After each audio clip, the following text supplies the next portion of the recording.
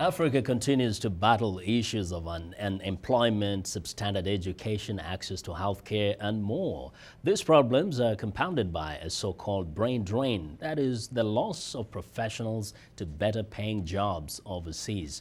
As Aaron Ochieng reports, brain drain robs the continent of as many as one-third of its professionals and continues to be one of Africa's biggest development challenges.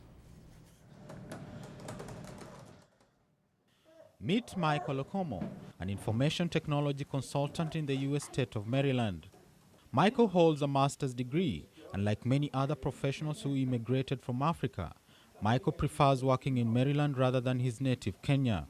If you're a nuclear physicist, there's no job for you in Kenya at that level. There's nothing. You'll rather stay here and look for something. If you're an astronaut or in astrophysics, again, don't expect there's a NASA kind of a program in Kenya for you.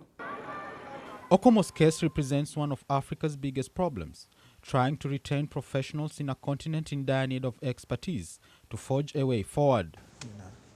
Professor Mbie Cham is with Howard University's School of African Studies in Washington, D.C., and he says there may be little that Africa can do to combat brain drain.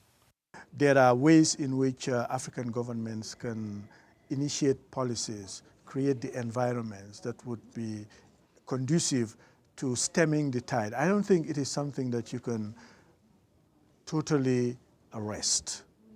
You know, people will always move, they will always circulate. This is part and parcel of an increasingly globalized world. According to the Canadian International Development Research Centre, Africa continues to lose over 20,000 professionals each year, and over 300,000 professionals reside outside the continent.